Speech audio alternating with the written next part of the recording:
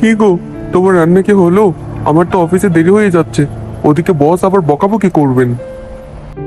এই শেষের পথে গো। আজকে আবার কোমর ব্যথাটা অনেক বেড়েছে, তাই তো উঠতে দেরি হয়ে গেল। তুমি একটু অপেক্ষা করো, আমি এক্ষুনি খাবার দিচ্ছি। একসাথে এতগুলো তরকারি রান্না করেছো, তাই তো দেরি হয়েছে। রাজু যেই খেতে বসলো, হঠাৎ তাদের ঘরে একজন ভিক্ষুক আসেন। এই অসময়ে আবার কে আসলো? তুমি খেয়ে নাও, আমি গিয়ে দেখে আসি।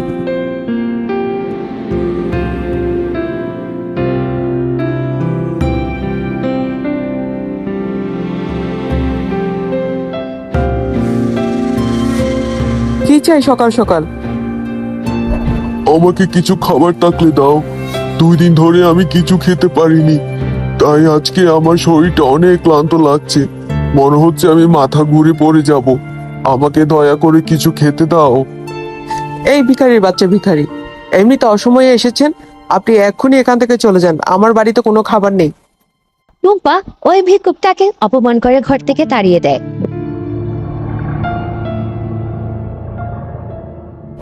টুম্পা, তুমি ওই লোকটাকে এভাবে অপমান করলে কেন? আমাদের ঘরে তো অনেকগুলো খাবার ছিল, আমি খেয়েও অবশিষ্ট অনেক আছে। তুমি ওনাকে দিতে পারতে। ও নিয়ে তোমার চিন্তা করতে হবে না। তুমি এখন অফিসে চলে যাও, তোমার না দেরি হচ্ছে? তাড়াতাড়ি বের হও। ভিক্ষুকটা টুম্পা ও রাজুর কথা শুনে পরে সেখান থেকে কষ্ট পেয়ে চলে যায়। এদিকে রাজু তার অফিসে চলে যায়।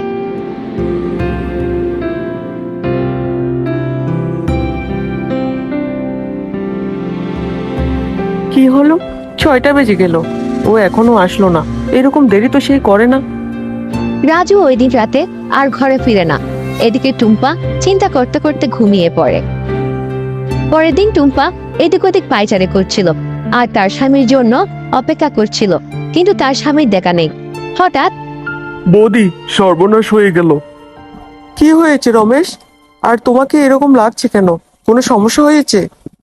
বৌদি, গতকাল দাদা বাড়িতে ফেরার সময় কিছু ছিনতাইকারী দাদাকে তুলে নিয়ে যায়। দাদার কাছে যা ছিল সবকিছু নিয়ে দাদাকে মেরে নদীতে লাশটা ফেলে রাখে। টুম্পা কথাটি শোনার সাথে সাথে মাটিতে লুটিয়ে পড়ে। ও দিদি, আমার স্বামী কোথায়? আমার স্বামী এখনো ঘরে ফিরেনি। কি হলো দিদি, কথা বলো। টুম্পা, তুমি 3 দিন অজ্ঞান ছিলে। তুমি আগে কিছু খেয়ে নাও, পরে তোমাকে আমরা সবকিছু খুলে বলছি। হ্যাঁ রে, মনকে শক্ত কর। বাস্তবতাটাকে আমাদের মেনে নিতেই হবে। টুম্পাকে রেখে একে একে সবাই চলে যায়।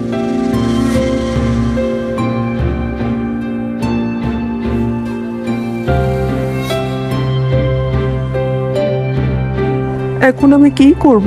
হাতে কোনো টাকা পয়সা নেই, ঘরে কোনো বাজার নেই। আমি কি খাবো?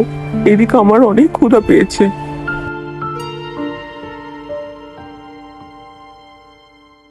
আরে টুম্পা, কোনো কিছু কি হয়েছে তোমার? কেন এসেছো আমাদের বাড়িতে?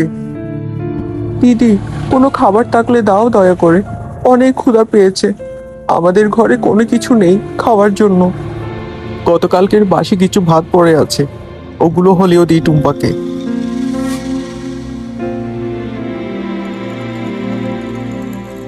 দিদি, তোমার খাবারগুলো আমি পেট ভরে খেয়েছি, তোমাকে অনেক ধন্যবাদ। ধন্যবাদের কিছু নেই টুম্পা, ঘরে খাবার ছিল তাই দিতে পেরেছি। প্রতিদিন তো আর এরকম খাবার থাকবে না। ভালো করে কথা বললে সে প্রতিদিন আসবে খাবার চাইতে। পরের দিন টুম্পা গাছের নিচে বসে কান্না করছিল। এই রে টুম্পা বউ, তুই কান্না করছিস কেন? পিসিমা, আমাকে কিছু খাবার থাকলে দাও, আমাদের বাড়িতে কোনো কিছু নেই খাওয়ার জন্য। ওরে, গত 1 সপ্তাহ ধরে আমাদের বাড়িতে কোনো বাজার করা নেই, তাই তোকে কোনো খাবারও দিতে পারবো না। টুম্পা বুঝতে পেরেছিল একে একে সবাই তাকে অবহেলা করছিল। একদিন সে সিদ্ধান্ত নেয় তার বাড়িটা বিক্রি করে ফেলবে। আসলে আমি একা মানুষ, আমার এত বড় বাড়ির কোনো দরকার নেই, তাই আমি বাড়িটা বিক্রি করে দিচ্ছি।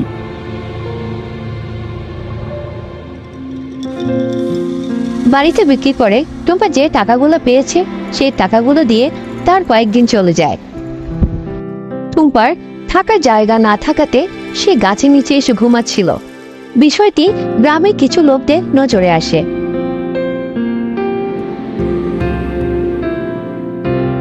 শোনো বোন, তোমার এরকম রাস্তাঘাটে থাকাটা নিরাপদ না।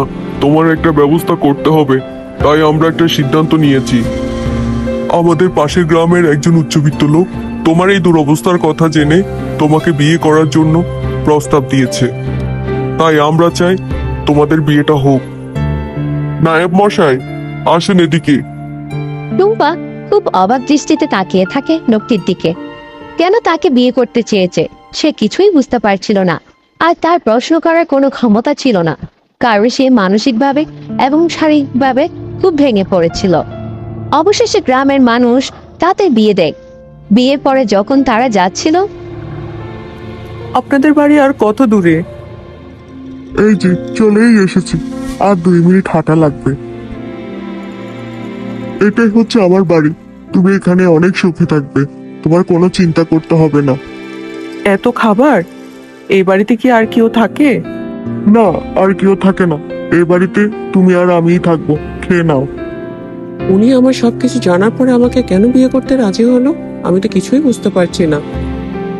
আচ্ছা, আমি আপনাকে একটা প্রশ্ন করি, আপনি আমাকে কেন বিয়ে করেছেন?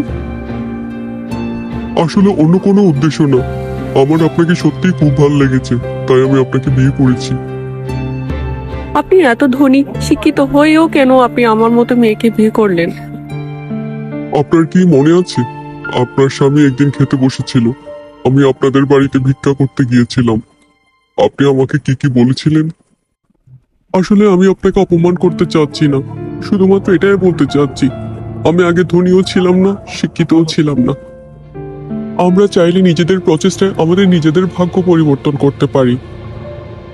টুম্পা সেদিন আর কোনো কথা বলতে পারেনি। সে অবাক দৃষ্টিতে আবার সেই লোকটির দিকে তাকিয়ে থাকে। সে এটা বুঝতে পেরেছিল তার কর্মের শাস্তি সে পেয়ে গেছে।